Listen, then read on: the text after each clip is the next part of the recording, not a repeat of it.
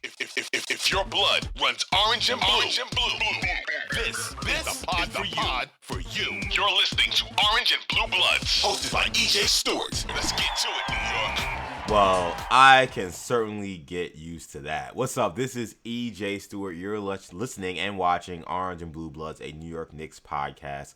And man, this is becoming a lot of fun watching this team. The Knicks are in the second round of the playoffs. Last time we spoke, they had just dispatched the Atlanta Hawks, dominating them in their Game 6 win. They come into a Game 1 at home, surprisingly, maybe since the last time we spoke, but at home against the Philadelphia 76ers, who were able to beat the Celtics and overcome a 3-1 deficit to advance to the second round. And the Knicks get them in a Game 1 at Madison Square Garden on Monday night, and they absolutely give them the belt. This was another dominant victory by the New York Knicks. We will break everything down from the game. We'll get you a ton of numbers from this now 4-game stretch that has become an historic one for the New York Knicks, where they are beating teams at levels that we have not seen in the NBA playoffs ever.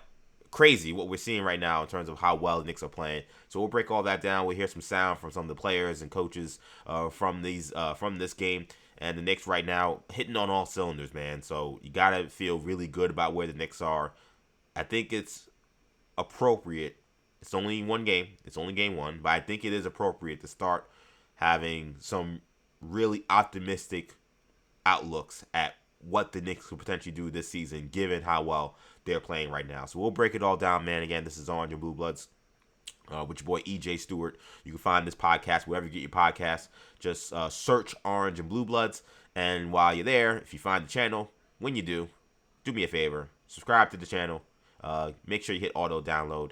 And make sure you also give a 5-star review if you can. We greatly appreciate that. Of course, you can also support the show by watching the show. It is on my YouTube channel, New Generation Media. That is where we post all the episodes of Orange and Blue Bloods. So if you want to watch my handsome mug that needs a haircut and a shave right now, this is not a playoff beard. This is just I need to go to the barber. I haven't been in a while. Look.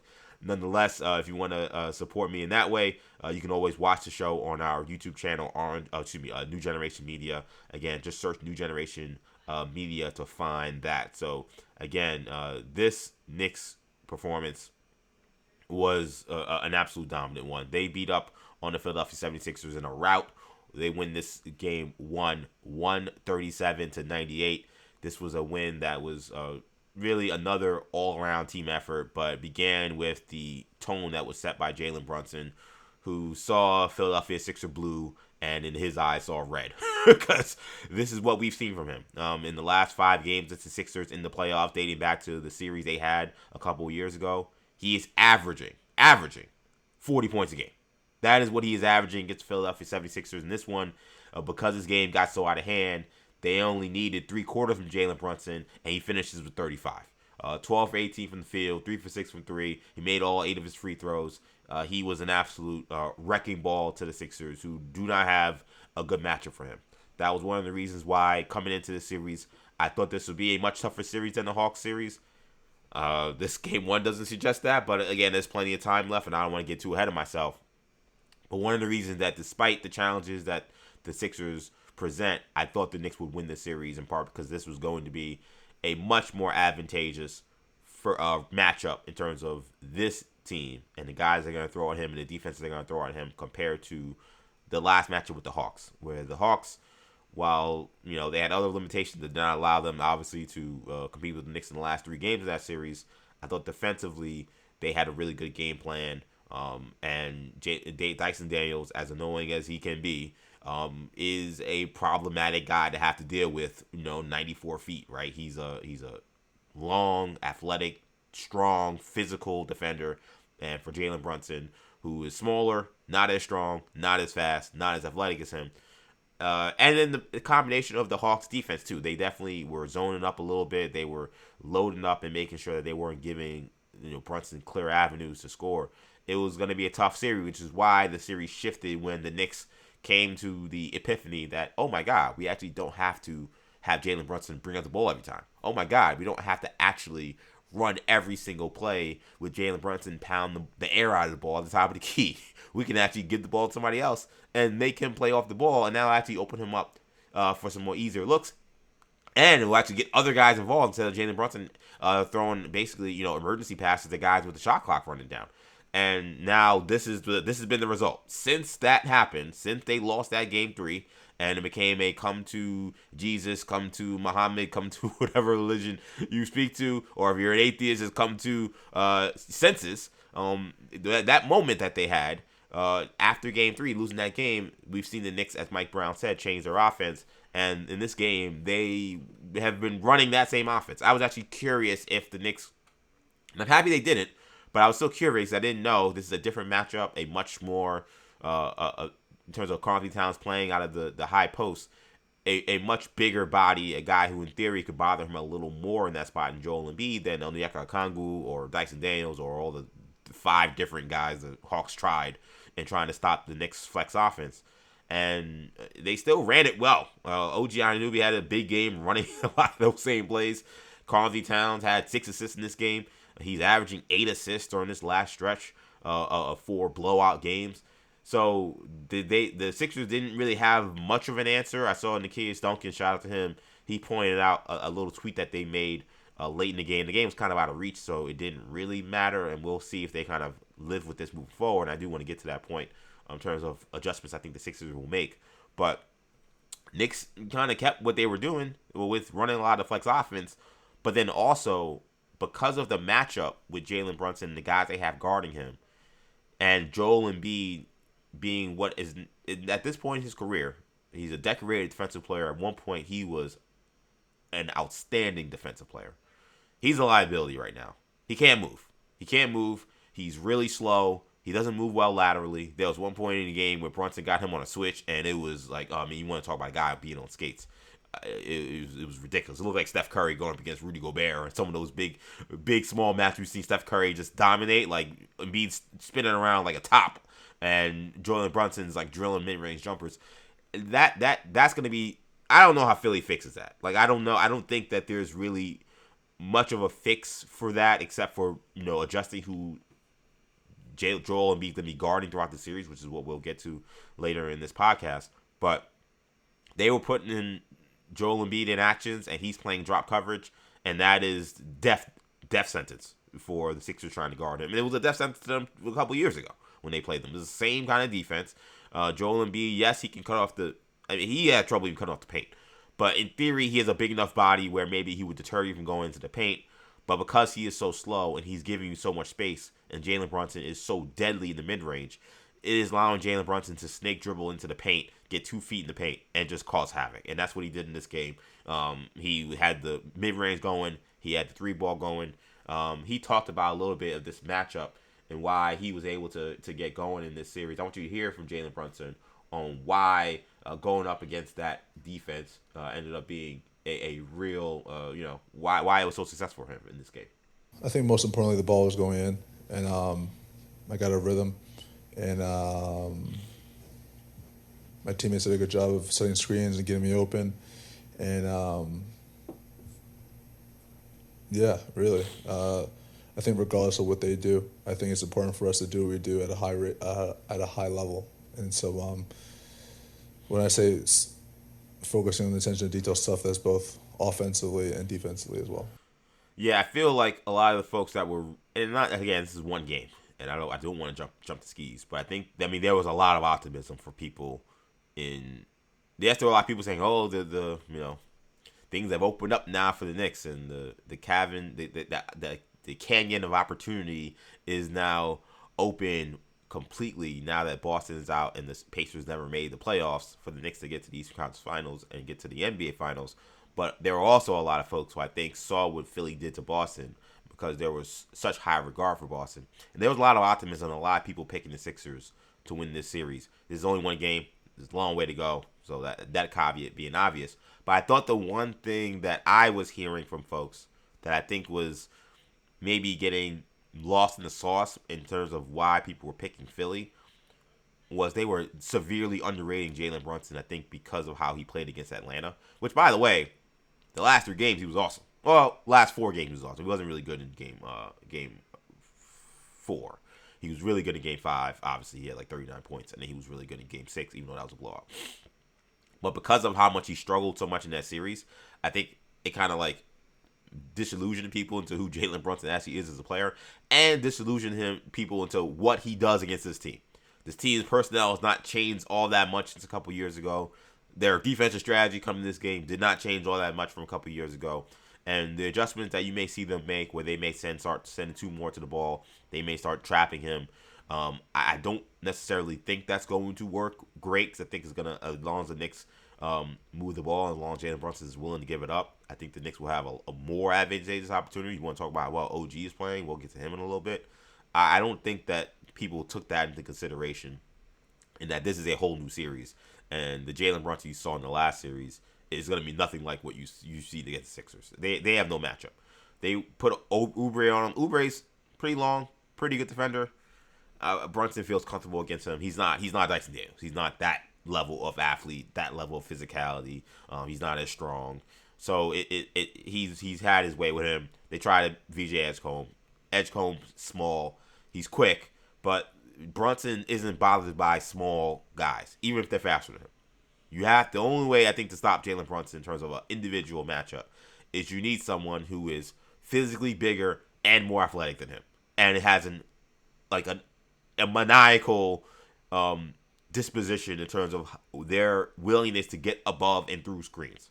It is why we've seen at times Aaron Nesmith have success. Is why we've seen Dyson Daniels have success, and it's still a team effort. Like he's cooked those guys too, but those guys bother him a little bit more as long as the rest of the team is connected defensively. These guys, the skinny 6'7" guy, Oubre, the 6'1" guard, that's never gonna bother Jalen. That's never gonna bother Jalen Brunson, especially if you don't got a big that can be a presence in picking up after the pick and roll, which Joel Embiid is not. And Jalen Brunson, like he said, saw the ball go in the hole, and it was curtains for the Sixers after that happened. So that is going to be, I think, a problem for the Sixers throughout this series. Like I mentioned before, another thing that stood out to me was the fact that the Knicks still got a lot out of their flex offense. Again, Karl-Anthony Towns puts up 6 assists. OG Anunoby was destroying them in that flex offense. They got a lot of layups, a lot of open looks for him, and he is playing at a level that is incredible. I mean, it's crazy to see OG's growth for a couple years now, because he's been here for a while, but particularly this season, and it feels like you're watching a player click. You're watching all of the work, all of the tape study, and the overall development of a player. It's like sometimes when you see that light bulb go off, you'll see a guy realize, oh, wait, now I get it. Oh, wait, I know what I can do out here on the floor. And then it becomes like it's easy. That's what it feels like is happening to OG Anunoby. It feels like right now the Knicks have 3 stars. Like we know they have 2 stars. OG 7 for 8 from the field, 18 points, made both of his threes, made both of his free throws. Defensive menace per usual, and just an absolute terror offensively. The way he is getting downhill, again, the way he is shooting the ball, his jump shot is completely locked in. This version of OG Anunoby combined with what Jalen Brunson is doing and Karl-Anthony Towns and what he's able to do. Either Karl-Anthony Towns, he took 11 shots in just 20 minutes in this game, and he was hitting the 3 ball. Like, again, Joel Embiid's defense is going to be a problem, I think, for the Sixers. Like, this is going to make the Knicks very hard to stop if you're going to get this kind of production from OG Anunoby. Mikal Bridges also had a phenomenal game as well, and he's really come into his own. One thing I was thinking about with Mikal, it feels to me, because he had he had the worst game of his career in Game 3 against the Hawks, and it led people to wonder if he should be benched. I wonder if him missing that shot at the end of Game 2, for whatever reason, really screwed up with his head. Because he does look very different. And I think, again, this is another team playing drop coverage. The way they play screens, I think it's going to be advantageous for Bridges. Also, they don't have... for Bridges, you got to get into the ball, and you got to really make him make a lot of dribbles to get into his stuff, I think, if you want to take him away. And the Hawks, again, have the athletes and the defenders to do that. The Sixers really don't. They're a little smaller, again, in the backcourt. So Bridges, I think, had his way. He obviously saw the ball go in the hole as well. He started shooting the ball really well. He also made some good cuts in this game.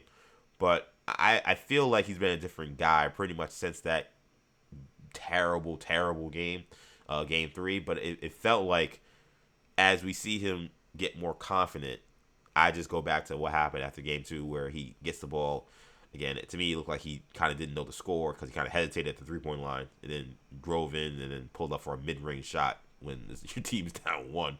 It's like, yo, just go to the hole. If you get fouled, you get fouled. It was a silly shot attempt from him.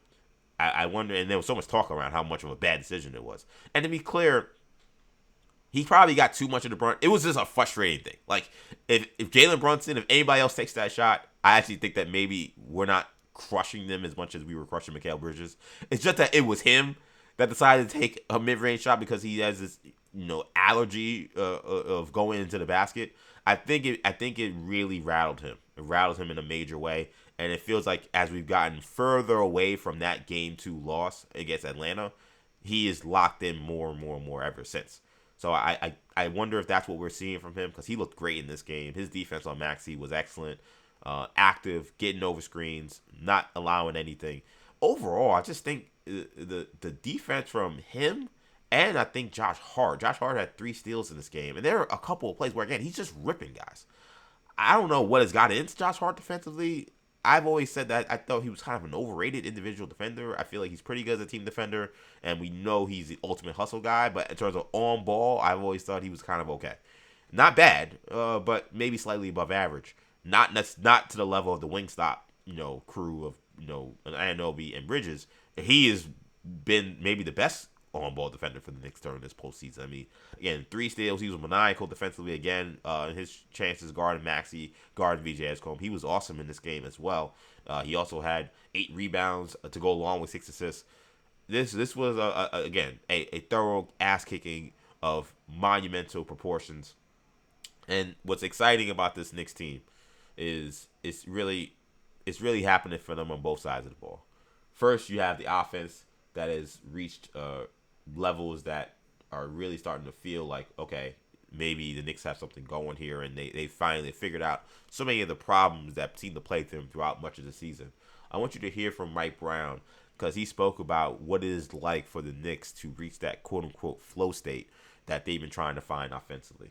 It's a lot of fun when you have concepts on either end of the floor, and the guys are trying to embrace those concepts at the highest level. And when they do, it doesn't really matter, what you call or who initiates the action, because guys are trying to play the right way. And these guys are pros, and it'd be any team out on the floor, if they're trying to, embrace what you're throwing out there, and they're sacrificing and believing, and they're connecting and all that other stuff.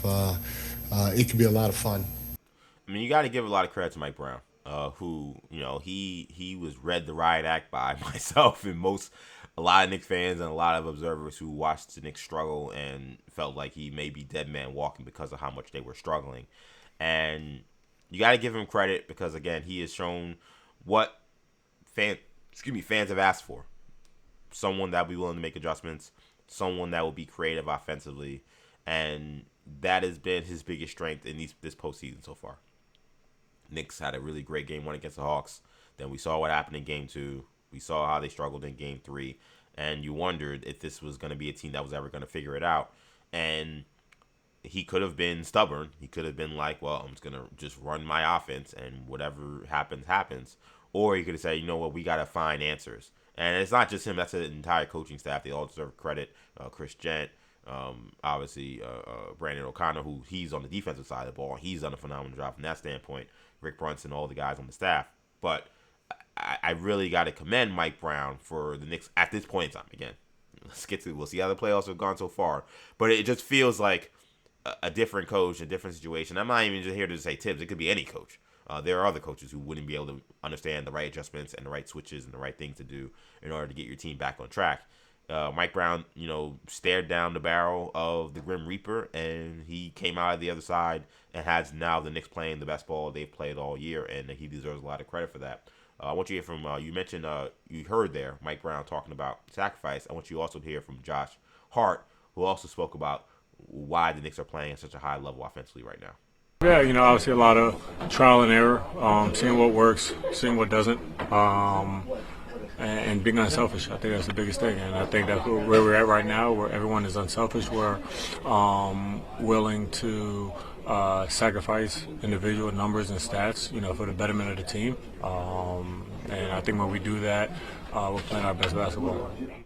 And I think what's been great for the Knicks is this style of play, where again it has allowed almost everyone in the starting lineup to get touches, to get opportunities.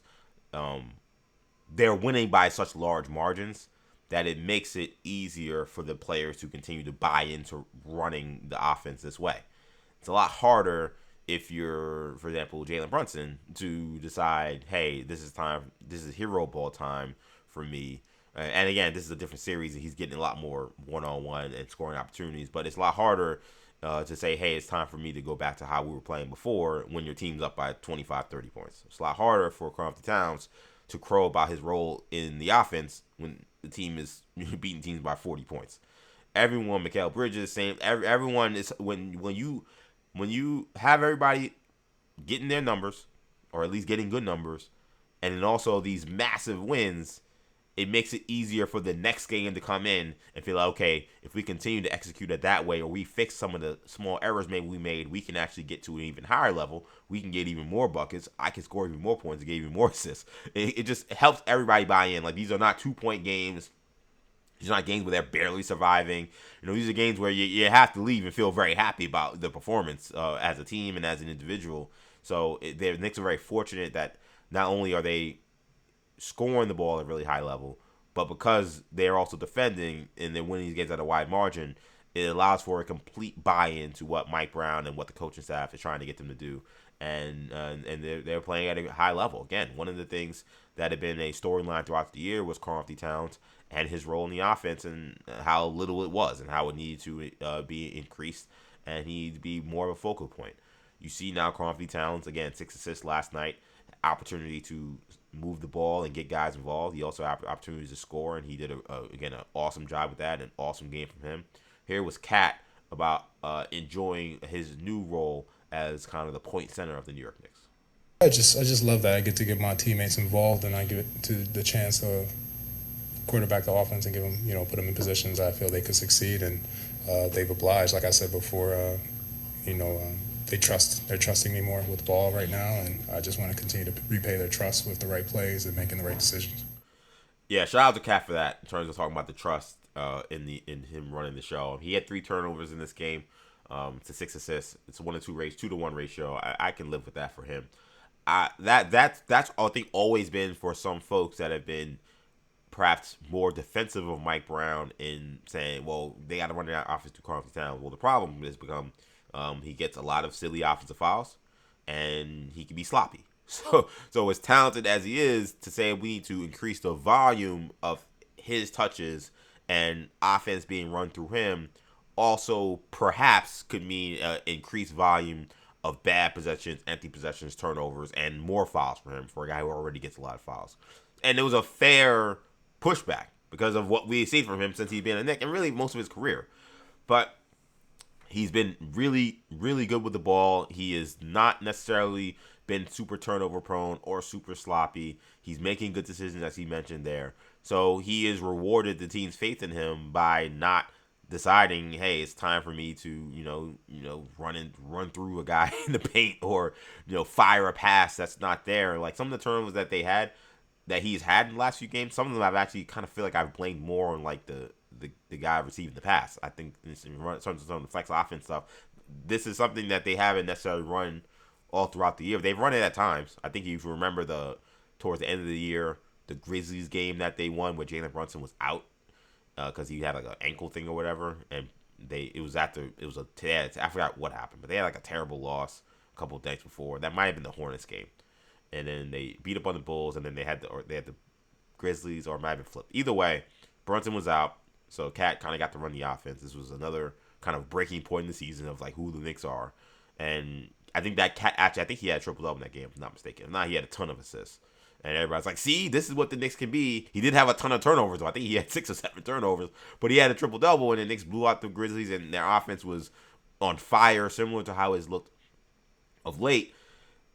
Otherwise, though, they haven't had as much reps, really, in the games doing this. So I think there have been times where I feel like OG's had a guy sealed and then he's allowed the guy to get in front of him. Mikal Bridges has had a guy sealed, and they haven't had a good enough seal.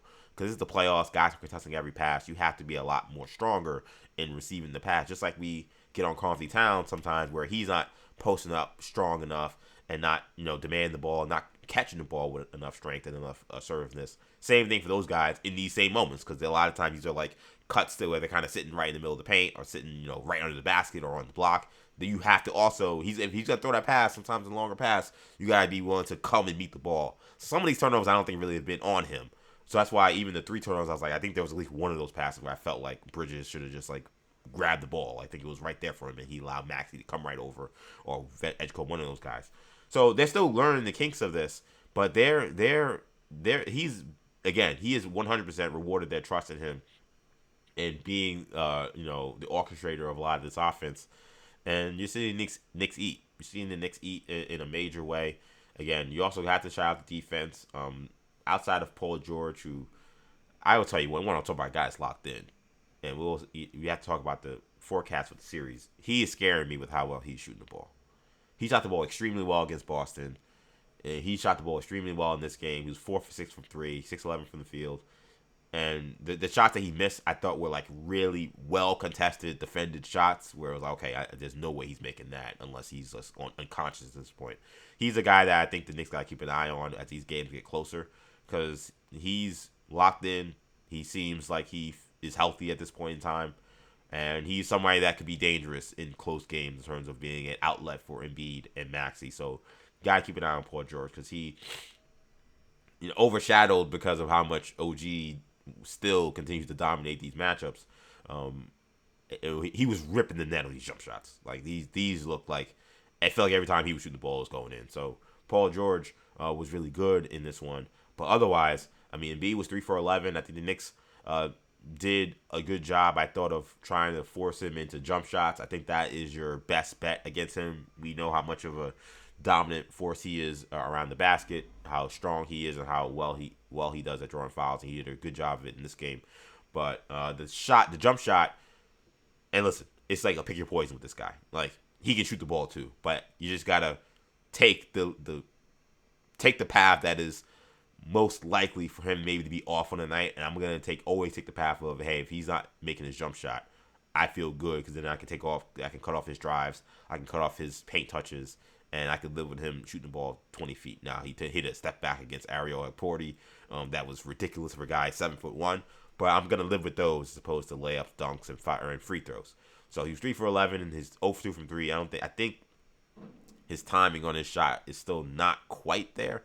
He's kind of been streaky in the last few games. He obviously played well down the stretch against Boston, but he also had a couple of bad shooting nights against Boston.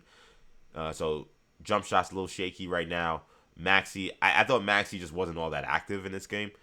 Philly, and people have talked about, the one-day rest thing, and that was why I thought the Knicks had potentially an advantage coming into this game. You play that emotional Game 7, you got 1 day of rest. It's not like it's a long travel or long trip. It's, you're in the northeast corridor of Boston, Philly, New York. It's not long travel. But you do have travel involved, movement involved, adjustments and coaches trying to get your scouting reports and get everything ready to go for a new series against an entirely different team. The challenges that come with that, and it kind of felt like once the Sixers saw the Knicks were about in terms of how well they were shooting the ball, it was kind of like they were like, all right, we're going to pack this thing in. We're not going to do much. But I thought even to start the game, Maxey just seemed like he was like praying for someone else to kind of set the tone so that he could kind of work his way into the game maybe later.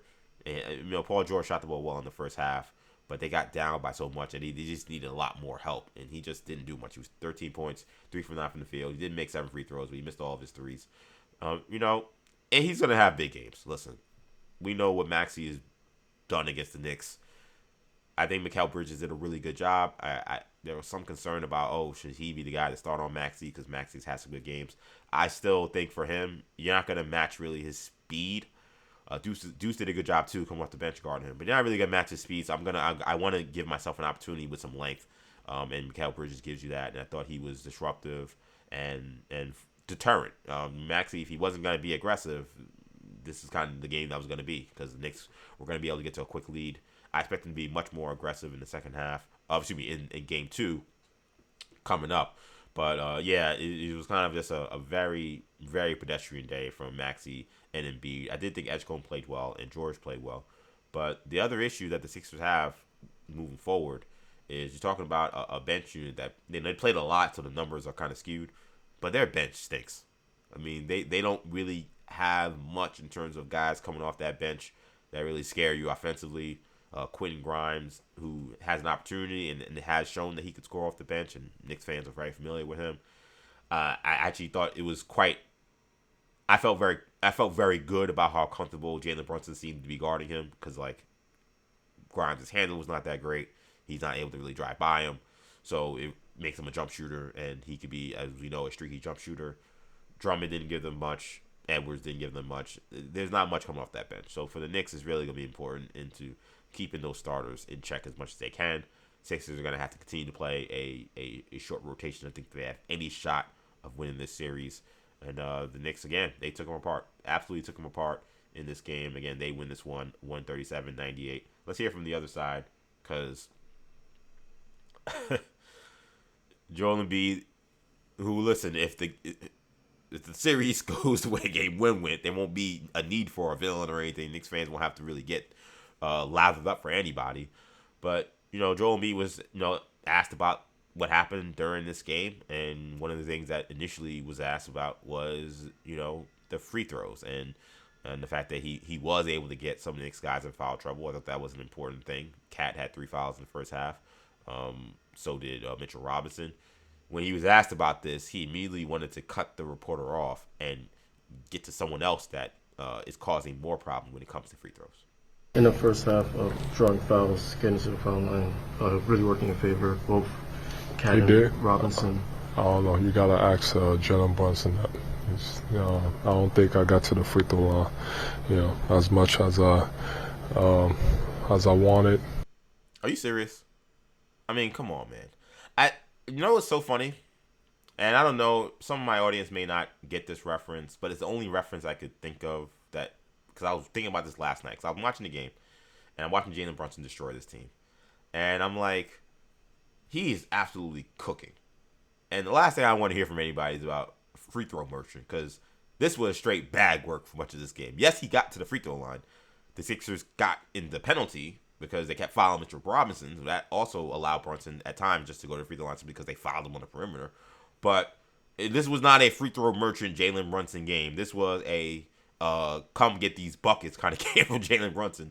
So I was like, and then I'm watching Joel Embiid just flailing around.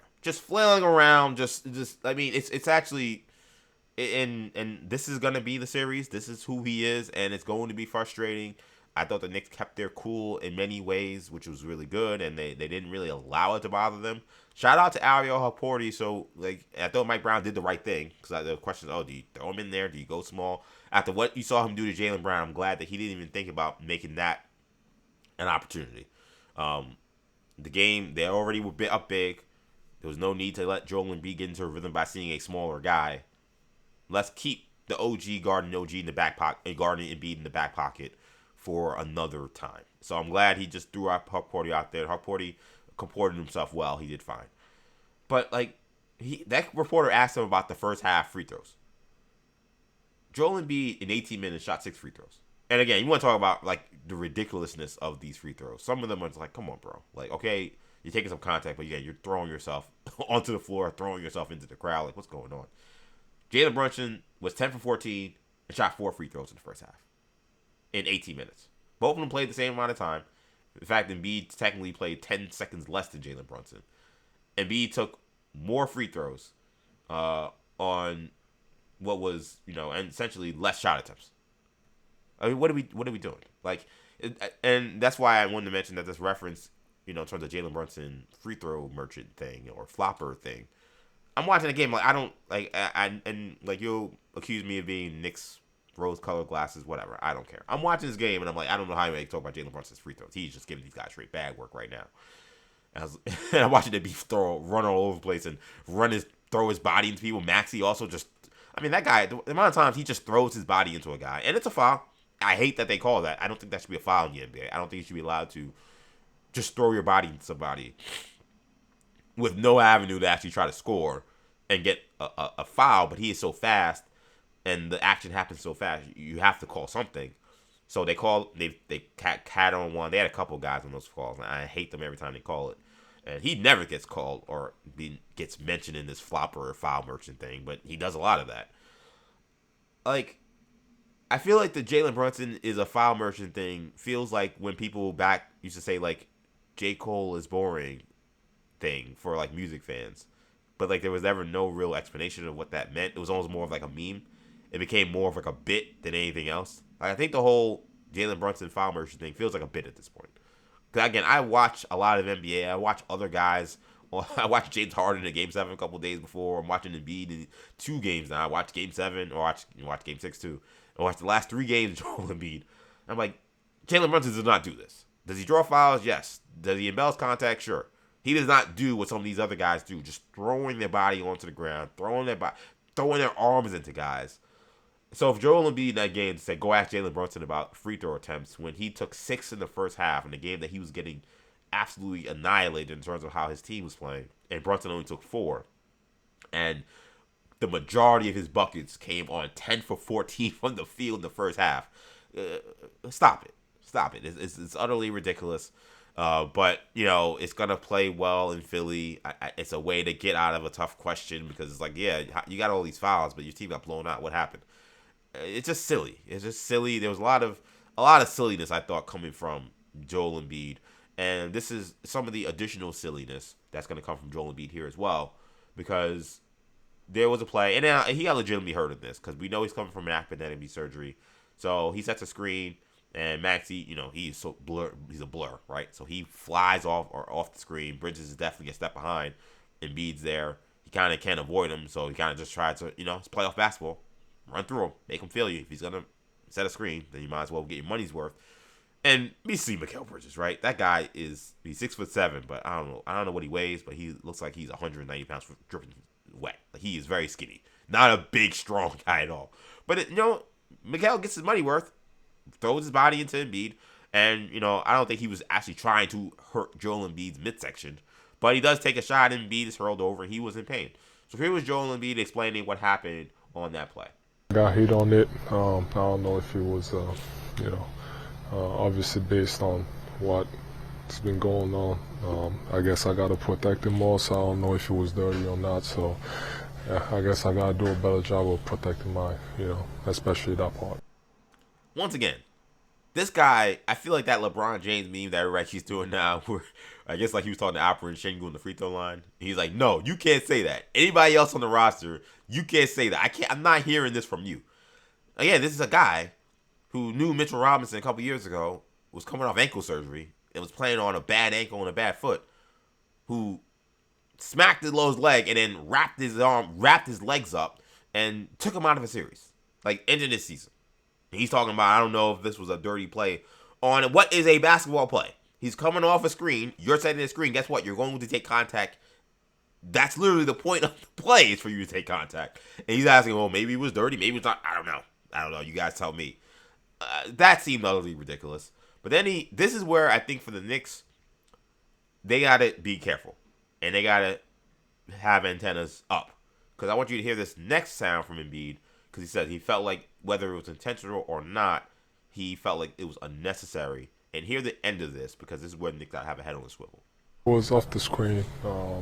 Yeah, I don't think that was necessary because screen, you know, Tyrese was already gone, and it was kind of like, you know, after the play. I just felt like it wasn't necessary, but we move on. It's whatever. It's playoff basketball. So, you know, if that's the reality of it, I guess we got to go out and be physical too. Yeah, first of all, the beginning of that, like, the play was over. No, it's not. There was no whistle blown. Kyrie Dorsey still has the ball. Like, they're still playing basketball. So, the play is over. What are you talking about? So, that was ridiculous. But then the last part of that, though, is where I think the Knicks need to, you don't play scared. You don't, like, but just in terms of after what happened with Dyson Daniels in the last series in Game 6, just something to be mindful. You hear that end where he's like, if this is how it's going to be, I guess we also got to be physical too. Be mindful of guys maybe taking some extra shots, guys being a little extra physical, elbow, like those little things, and especially with that guy, in terms of what he's willing to do with wrapping ankles and flagrant fouls and how he is played when he gets desperate. Because what I've seen from Joel Embiid in his career is the higher the desperation, the more reckless he is with his body and the fouls he gives. So I think just for the Knicks, again, you don't play scared. You're not, saying, I'm not going to go to the paint or whatever because Embiid might clothesline me or anything like that. But whether it's Embiid or anyone else on the Sixers, because when they get into the film study today, if they haven't already, and they have their shoot around today, the message is going to be physicality. The Knicks were more physical. They played more aggressive, and we have to beat them to the punch. We got to meet their physicality with more physicality. So when you have players that are going to be told that now for more than 48, less than 48 hours, that just instinctually may lead to guys taking more aggressive fouls, more aggressive physical plays, and for a guy that can be perhaps even crossing the line. So that is where Knicks protect your body, make sure you're careful, and also don't get baited into something stupid. This is the kind of guy that will have no problem doing something and then causing a ruckus, and we don't need his guys getting suspended, guys getting injured in a scuffle or anything like that. So that's where if you're the Knicks, and I'm sure that coaching staff, they should be smart. They should be like, let's keep our heads, because we saw how Dyson Daniels played throughout that series, and then when things got out of hand, we saw him go across the line, right? And I watched the roommate show clip from Brunson and Harden. They both, said that it was weird to see him try to like rip Mitchell Robinson's arm out of his socket, and that's a very dangerous play. Embiid is cut from that same cloth, so the Knicks had to be very careful with that and be smart with how they approach the rest of the series. But the Knicks are indeed playing a very high level of basketball, which is very good to see here. And the Knicks win this one 137-98. I also want you to hear from Brunson here, which I thought was funny, because Knicks hitting on all cylinders. This is definitely the best basketball they played all year. But when asked about whether or not the Knicks are peaking, Brunson had a very interesting answer. It's 4 games in a row, some record-setting numbers. Just kind of, do you feel you guys are hitting a peak right here? I hope not. And to be honest, that's the right answer. It's funny that we've kind of all been running to, the Knicks are peaking at the right time. But yeah, if you're a player, like, this is the second round. There's a lot more basketball, in theory, left to be played. Well, it definitely is in this series, but also just if you're trying to win a championship, if that's the goal, then you're still in the beginning, right? You're not even halfway point of this run to the NBA Finals where you're at right now. So I thought that was a funny answer. Other guys have been a lot more willing to be like, yeah, we're playing great. Karl Anthony Towns is like, this is definitely what you want to see from the team and how they're performing. And this is how he answered that question. He was asked about the Knicks playing at their highest level thus far. I would hope so. That's the hope. You hope that at this time you're the best version of ourselves. And, for all the guys who've been covering us all year, I've always talked about that, getting better 1% every single day. And at the end, we need to be proud and happy of the result we bring in the playoffs. And I think right now we're, seeing a culmination of the trials and tribulations we went through in the season to be at this point. So just from a numbers standpoint, to break down just how dominant they've been, they have set now an NBA record for not just a point differential for 3 games, also for a point differential for 4 consecutive games in the playoffs. The 3-game record that they set is a record that they have smashed, right? They are plus 119 over their last 3 games. The next closest team were the 2025 Cavs. That was plus 101. So plus 18 points. I'm not going to say it's an unbreakable record because we'll see what happens with other games and stuff. And this obviously plenty of NBA history to continue on beyond this series. But they smashed the previous record. But not only is it the largest margin of victory for over 3 games, it is also the largest margin of victory over 4 games in terms of a point differential. They are plus 135 over the last 4 games. Again, that is a record that beats the 2025 Cavs by 13 points. They were plus 122, and then 86 Lakers were plus 109. Other numbers that jumped out at me in terms of just how dominant they have been, the Knicks, I believe, are the only team, according to my guy Tommy Beer, who I'm sure got these stats from Basketball Reference. Only team in all of NBA history to lead by 30-plus points in 3 consecutive playoff games. That's it. No other NBA team has ever done this. I saw also last night at a certain point, and they ended up winning this game by plus 30 points. So this ended up holding. I believe the 86 Celtics and now the 2026 Knicks are the only teams in NBA history to finish a series with a 30-plus point blowout and then begin the next series with a 30-plus point blowout. That is what this team has done. If you want to give me another number, according to Adam Zagoria, Knicks have won their last 4 games by an average of 33.8 points. Again, that is the largest margin of victory for any team in NBA playoff history. So they're averaging a 33-point victory over the last 4 games. Stunning. It's actually really stunning to see. We know this team had a high ceiling. At least I did, and I think a lot of folks thought that this was what they could be when they made these trades over the last season, right? Like, they were controversial trades, and they remain controversial. The trade, certainly for Mikal Bridges, is going to be. It will remain controversial unless that team wins a championship. I'm not even sure if they get to the finals if people will be okay with that trade uniformly, right? The Karl-Anthony Towns trade, controversial at the time.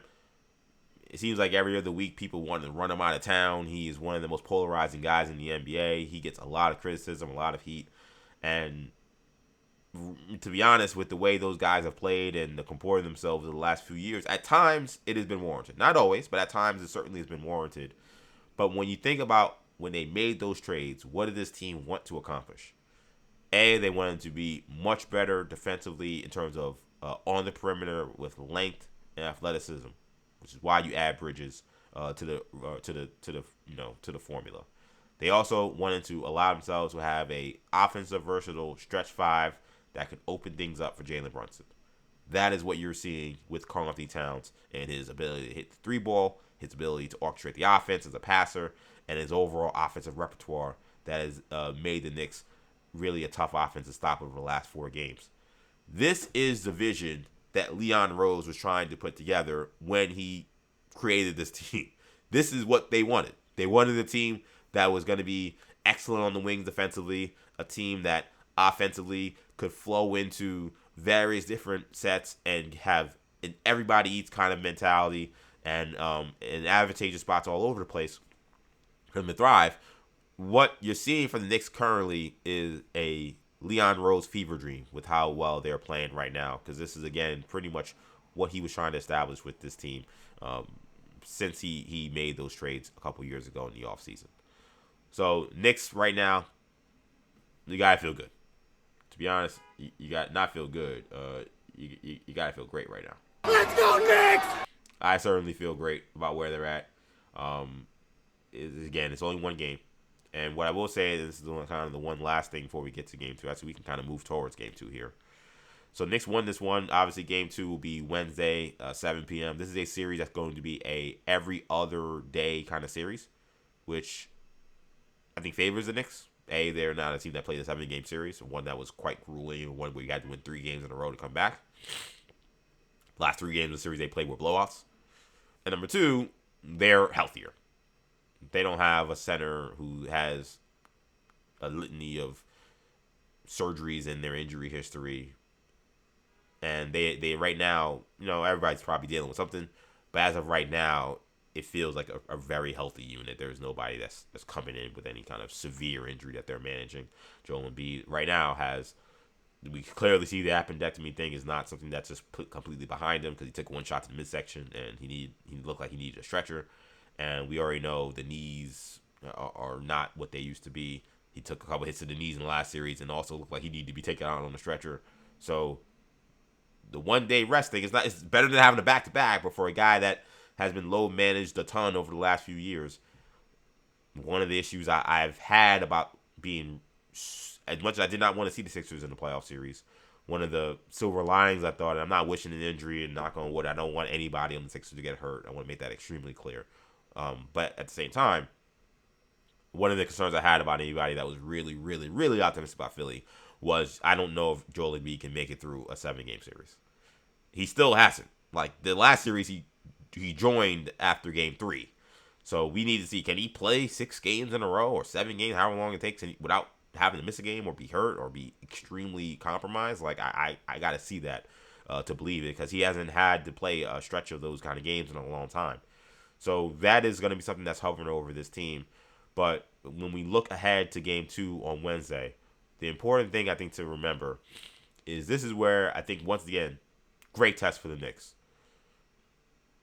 Where their maturity is at, where their focus level is at.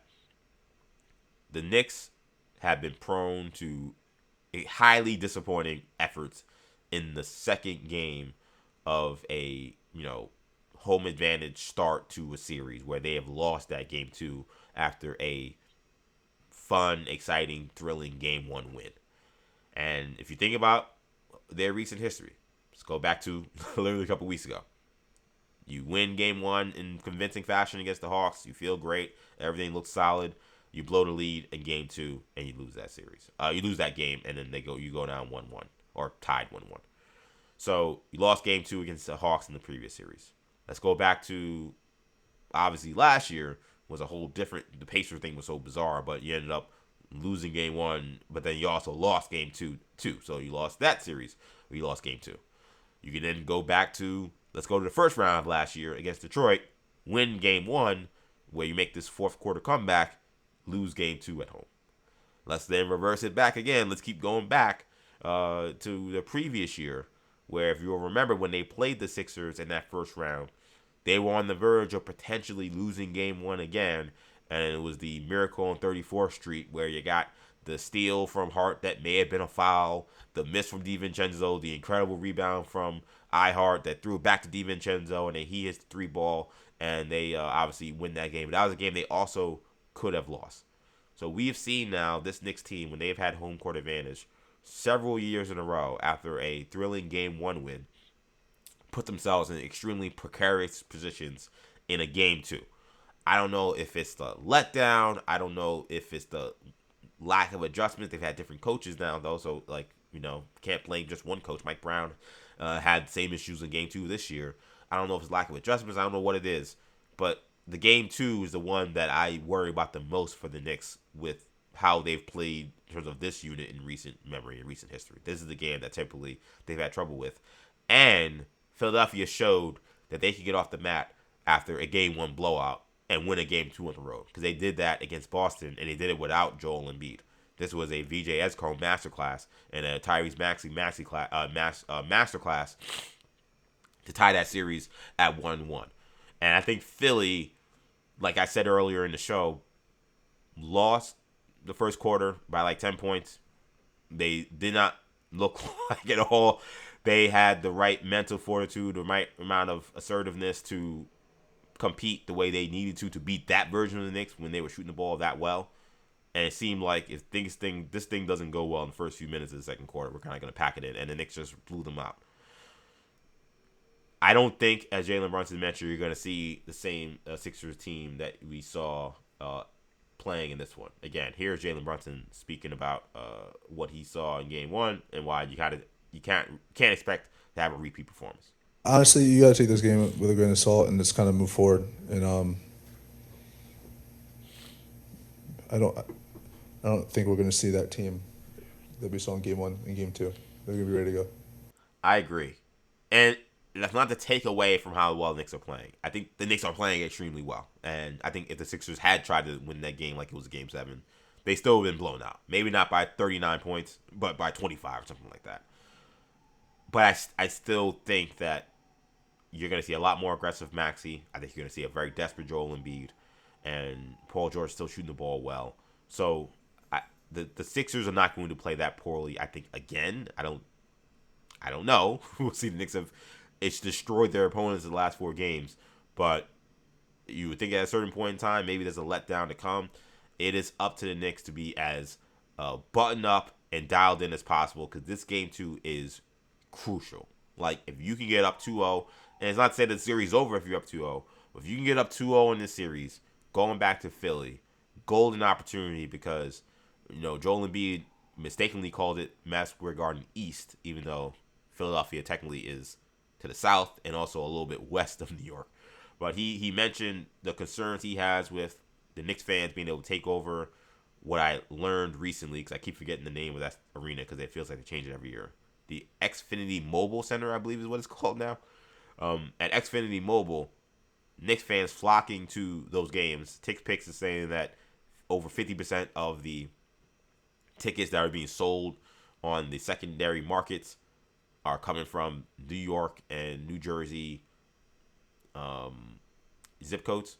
Now, New Jersey could certainly be Sixers people too. That South Jersey is Philadelphia land too, but considering they said that it was only 14 or 16% of tickets coming from people with zip codes in the Philadelphia area, I get the impression that all efforts the Sixers are trying to make to curb what happened a couple years ago, where Knicks fans invaded what was then, I think, the Wells Fargo Center and became essentially a 50-50 crowd at the Wells Fargo Center that is now Xfinity Mobile. I don't think that they're going to be able to stop that again. I think that the same thing's going to happen, especially for that weekend game that they play. So that would be, what was it? So they play Wednesday, they'll play Friday. So that Sunday game, to be honest, they kind of got screwed a little bit with the scheduling, right? Because Friday, people will either go down after work or maybe leave work early. And then Sunday, it's a day where people aren't working, so they can get down for an afternoon game. So I think this is not going to be a great Philadelphia Sixer crowd for either of these games. That's why this one's important, because you go down 2-0 and you're going down to Philly for a crowd that is going to be behind you. It could very well be a kind of a deflated thing for the Sixers as they try to play, for their playoff live. That's not something they have to worry about with Boston. That's something they have to worry about with the Knicks. They can get game 2, go up 2-0, then go to Madison Square Garden, East, South, Philly, whatever you want to call it. That would really give them a boost and maybe allow the series to not go as long as maybe people have been expecting. So game 2 is going to be crucial. I think in terms of adjustments, things I would look for. Joel Embiid, I don't think should be guarding Karl Anthony Towns if I was a Sixer fan. If I was saying what I'm looking to find, Joel Embiid can't move, so Cat was able to beat him off the dribble. Joel Embiid's already talking about wanting to be more physical. Cat gets terrible whistle, but I'd be a little concerned about Joel Embiid if he's actually trying to cut off Cat's strides and be more physical and maybe picking up some cheap fouls. I think their best bet is probably to put Joel Embiid. They try to put him on OG. I don't love that matchup either, but I'll be curious to see if they stuck with that. They did that towards the end of this kind of like stretch in the third quarter where they were already getting blown out. So we'll see if they go to that again. But if I was the Sixers, I put Joel Embiid on Josh Hart. And the matchups aren't great. This is not a great matchup. That's why, again, for all the optimism, I think legitimate concern for the Sixers, again, I have them. I don't think it's just like, oh, but the Knicks have no shot to it. I think the Knicks also have advantages. But my best bet, I think, for them would be to put Embiid on Hart. You got to keep Paul George. To be honest, I might put Paul George on OG. And then I'd put Edgecombe on Brunson. And then I'd put Oubre on, I guess on Bridges. It's probably how I would do this. I think that I think Paul George, he's obviously shorter than Karl Anthony Towns, but I think at one point they tried to put Oubre on. I just think those guys are too weak. He's a good defender, but he's just too weak. I don't think that. There's a funny moment where he tried to like measure his size to Karl Anthony Towns. Karl Anthony Towns laughed because he clearly has a couple inches on him, even with the hair of Kelly Oubre. But I don't think that that's the answer. But I think for me, if I could put Embiid on Hart, it would allow him to roam a lot more. Hart's gonna have to be very intentional with his screening. But the Knicks using Josh Hart in pick and roll screen, to me, it's kind of just been okay. They haven't gotten great returns on that. They've been good because Jalen Brunson's a superstar. But what I don't want is them to be able to put Karl Anthony Towns in pick and roll action with Jalen Brunson and having Joel Embiid on an island where he has to then try to maybe get back to Cat or I got to switch it. I think that is a disaster. They can't allow that to happen anymore. They tried to start being clever towards the second half with like passing guys off to people, so the Knicks got to be mindful of that. But that would be how I would start the next game. Paul George, you're guarding Karl Anthony Towns. Kelly Oubre, you're guarding OG Anunoby. And then I'm putting Embiid, you're guarding Josh Hart. And you see kind of what happens with that. Make the Knicks have to put Josh Hart in their offensive actions as much as possible. He may hurt them, but the damage he will do, I think, will be a lot less than if that's Karl-Anthony Towns or that OG Anunoby, which they tried to do. I did not understand why they thought that was going to be advantageous. I think they wanted to take away some of the Knicks' flex actions. Hawks tried that with Onyeka Okongwu. It didn't really work. So I don't know if this is going to be a good idea for the Sixers. But we'll see if they go back to that. I also think if OG gets isolated on Joel Embiid, that's going to be a nightmare for him because he can't move again. So OG's drives, the way he's driving the ball, drawing fouls, finishing at the rim, has also been a problem. So we'll see what the Sixers do in terms of defensive adjustments, but that would be what I would look at. It also would then take the length away from Jalen Brunson, which is, again, the Sixers are in a position where it's going to be a pick your poison situation. There's not going to be a perfect setup and a perfect matchup for them, but this is what I would try for Game 2 if I was them. So Knicks got to be ready. Also, last thing on kind of preparing for Game 2, as good as they play, I think Mike Brown was absolutely right with the one thing that they need to fix heading into Game 2. It's a good game by our guys. We have to be better with our fouling. We can't expect them to shoot 34. I mean, they doubled us in free throw attempts. And, I obviously haven't watched the film, so I'm not sure if all of them were fouled or not, but we can't expect them to go to the free throw line 34 times and us to, get a win the way we did. So we have to be better keeping them off the free throw line. Yeah, he's totally right. Like, this is a message to, Mitchell Robinson and Karl-Anthony Towns. As great as Karl-Anthony Towns was offensively, the silly fouls cannot happen against this team. So he gets 3 fouls in the first half. And yes, some of the other ones, you get the cheap ones, right? One where Embiid now that was a foul, but Embiid puts his arms out, your arm's already down, so he's able to put his arm out and shoot through you to get a foul. Then you get one where Maxey just torpedoes into you. The reality is, playing against those guys, if you're playing hard, you're playing with effort, you're playing with energy, you're going to pick up a couple of fouls. They're just very good at getting to the line. They're very good at drawing fouls. You can't get the silly ones. So, what the problem with Cat was, the first foul he got was Embiid trying to get positioning, coming off a cut, and he's grabbing him. Those fouls you have to take completely out of your game. You cannot afford to take those. I much prefer Embiid just get the position, score the bucket, and we go forward, than you drawing fouls that have to come off the court. Same thing with Mr. Robinson. Mr. Robinson also kind of had a cheap one in there, and then the 2 fouls he got were fouls that you just are going to happen guarding Joel Embiid. He's going to get you in a couple of fouls. So that is probably the only thing the Knicks did poorly in this, was you knew coming into the series, Cat and Mitchell Robinson had to stay out of foul trouble. They just didn't. They both got into foul trouble. Cat had 4 through early in the third quarter. Mitch had 3 through 2 quarters. That can't happen again. That can't happen again. They've got to find a way. At least one of them has to find a way to make sure that they're not racking up fouls. And again, it's just the silly ones. Compete, play hard. I love the effort Cat has given defensively, but again, away from the ball, Embiid's coming off a cut. There's in the way he's gonna flail and embellish, you cannot be just pushing him and grabbing him, and they're gonna call it. They're gonna call it. He gets those calls. They don't. They're in no position in terms of the refs to be able to decipher when he is flopping, when he is not. So when he takes contact and he falls, they call a foul. You gotta be smarter, and I have hope that they'll be better. I've seen Mitchell Robinson guard Joel Embiid and do a much better job with not drawing fouls. I think Karl-Anthony Towns got a little handsy with some of the reaching. He stripped Joel Embiid, I think, twice in that first quarter. And they were, they didn't call it, which was great. And they were not fouls. They were clean strips. But, again, with this refs, with that guy, the strips, I'm also keeping that to a minimum. I'm not going to be trying to just swipe at the ball. Again, he's so good that once you start reaching, he's going to start making you pay. Have to be much smarter, have to be much more disciplined coming up in Game 2 in order to keep Joel Embiid off the free throw line. Same thing with the guards with Maxey, and same thing with those guys with Maxey too, because I think they both had a foul on Maxey. Robinson once trying to swipe down on a drive. When if he goes vertical up, he probably don't call it. Cat, takes a fairly aggressive angle. Maxey just runs right into him. Those are the plays where you got to be disciplined, and It's going to be crucial that the Knicks can keep those guys on the floor. One last thing on this series, looking ahead to Game 2, and one thing I also thought was a good sign, and one thing I think we're going to see moving forward, again, we talk about who plays ethical basketball, the Sixers immediately went to hack a Mitch. They know what Mitchell Robinson can do in terms of his impact in the game with the offensive glass, and they know he is probably the best matchup the Knicks have in guarding Joel Embiid. So they want to take him off the floor as much as possible. Mike Brown, I thought, played it well.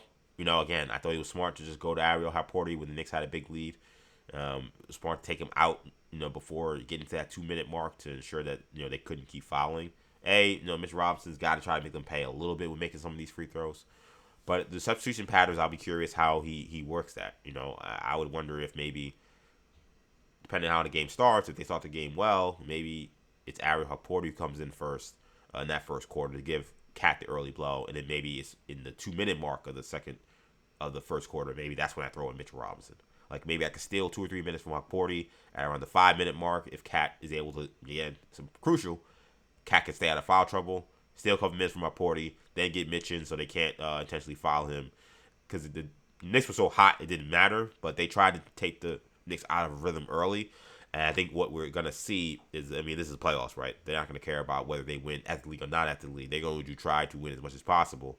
So they have no qualms with showing that they will do hack a Mitch if they feel that they need to. So we can't expect the Knicks to be bailed out in any way by Mitch being out there and them not imploring that. So I will be mindful of how I'm using Mitchell Robinson, when I'm putting them in the game, what's the penalty situation.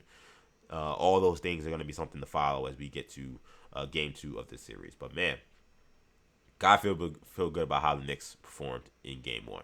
They win this one 137-98, and we'll be getting ready for a Game 2 Wednesday, 7 p.m. You'll be getting an Orange Blue Bloods episode either Thursday morning or Thursday afternoon, or I might record it Wednesday after. We'll see. Typically those kind of days go, but typically after the Knicks game, you can expect that an early point after that game to get a new episode of Orange and Blue Bloods. That's gonna do it, man. I want to thank you guys so much for checking out Orange and Blue Bloods. Again, of course, if you like this episode, do me a favor if you're listening on the Orange and Blue Bloods podcast channel. Just search Orange and Blue Bloods to find it. Make sure you subscribe to the channel. Make sure you hit auto download. And if you can, give me a 5-star review. We greatly appreciate that. Greatly helps the channel grow. So if you can do that, subscribe, auto download, 5-star review. That'd be great. Also, you can watch these episodes again on YouTube. New Generation Media is where you'll find it on YouTube. Follow me on social media, EJ_Stewart, Instagram and TikTok, Action EJ, as well as Buzzer, Action EJ. I'll see you guys later. Go Knicks.